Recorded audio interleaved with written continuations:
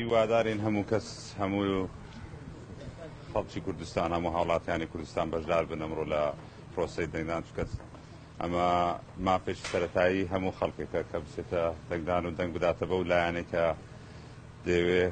پشتیوانی لە بەرنامەی کە بۆ 4 ساڵی ئایندە چونکە ئێمە دەمانەوێت 4 ساڵی ئایندە 4 ساڵی خزمەتکردن و کارکردنی هەرێمی کوردستان بی و داوا لە هەموو خەڵکی کوردستان دەکەین کە بچێتە دەنگدان و دەنگ بەو لایەنە بدا کە باوەڕیان بە بەرنامەکەیان هەیە. من هەر لە ڕێی ئێوەشەوە دەمەوێت شتێک هەیە بیڵێم ئاویژەوەیە دەدوێنەوە لە سۆسیال میدیا شتێک بڵاو بۆتەوە بە ناوی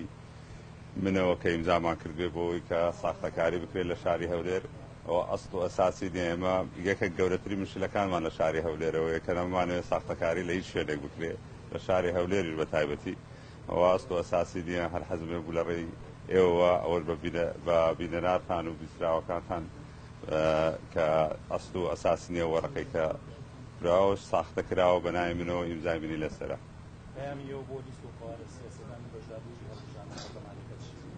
هیوادارم ئەوە پرۆسەیەکی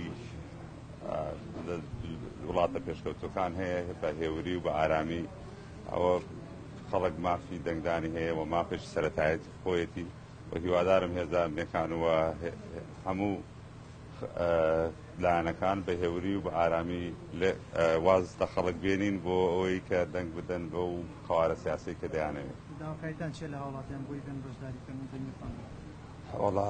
داواکاری بمانەوەیە کە هەریەکە و ئەگەر سبەین ئەگەر بەژاری نەکات لە پرۆسی هەڵبژاردن زەحمەتە سبێنێ داوایەکی هەیە بڵێ ئەو داوایەکی بێ بڵێ و لایەنە یانەوە هێزە بۆ بەو شێوازەیان بەو نوعێتە کار دەکا یان ئەوە وەکوێ حەقی 4 ساڵی خۆت بفەوتێنی هیوادارین هەمووی بەشداری بکەن.